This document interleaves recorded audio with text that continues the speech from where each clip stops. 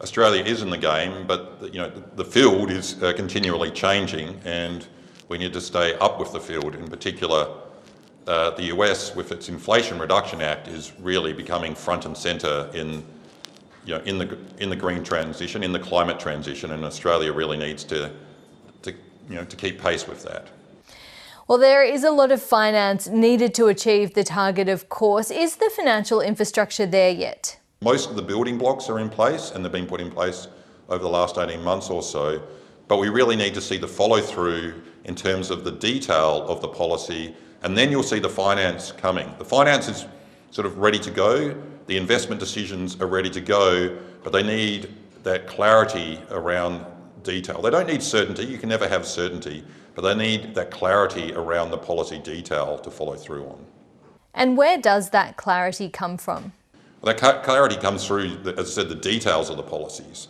So the government has announced these policies, but they now need, how these policies are actually going to work in practice, which sort of comes out of Minister Bowen's department in Canberra and other departments in Canberra. So they are working on those details. They're consulting on those details right at the moment, but we don't have them yet.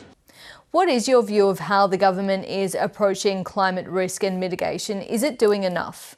The challenges are large and the policy response is tricky and complicated. So I think they understand what needs to be done. It's a question of basically doing it. And the other challenge we have is that we've started late compared to other parts of the world. We had 10 years or so where we didn't really appreciate the full extent of the problems, the challenges we have in front of us. And so we've got a fair bit of catch up to do for that. Chris Bowen is proposing a so-called green tariff to protect our steel and cement industries, among others, now that the safeguard mechanism is enhanced and in place. What did you make of that? I think that's a really important consideration. So what the carbon border adjustment mechanisms are aiming to do is that if you put in a decarbonisation program in your country, you don't have this leakage of that to other parts of the world which have less stringent regimes. So if we have a very decarbonised cement sector, say, we don't want to then undo that by then importing carbon intensive cement from other parts of the world. Does Australia need a broader taxonomy given the EU border adjustment tax is just 3 years away? The European financial system has to follow the European taxonomy. So what that means is they will look at Australia and say, well, this sector is sustainable and this sector is not. And they're looking at that through a European lens, which may not at all suit Australia, hence the need for Australia to have its own taxonomy. So what is sustainable investment in Australia? And if we don't have that, then we're going to be beholden to the European one, which may not suit us much at all, particularly as it doesn't really take account of some of the major transition challenges that a country like Australia has in front of it. And finally, in your view, what is the biggest challenge for corporate Australia in the green transition? For most of corporate Australia, their main decarbonisation path is electrification.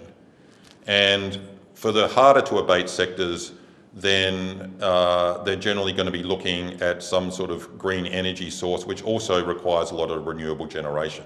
So electrification, the main challenge there is is where that power comes from, and is it coming from a renewable source?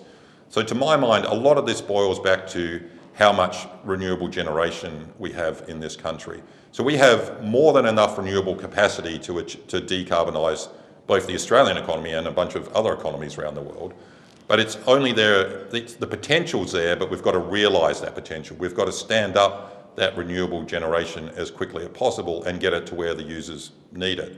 So that, I think, if you boil down what is the biggest challenge is harnessing that amazing renewable energy potential we have in this country by getting that renewable generation capacity in place as quickly as possible. Guy Debelle, thank you. Great, thanks very much, Alicia.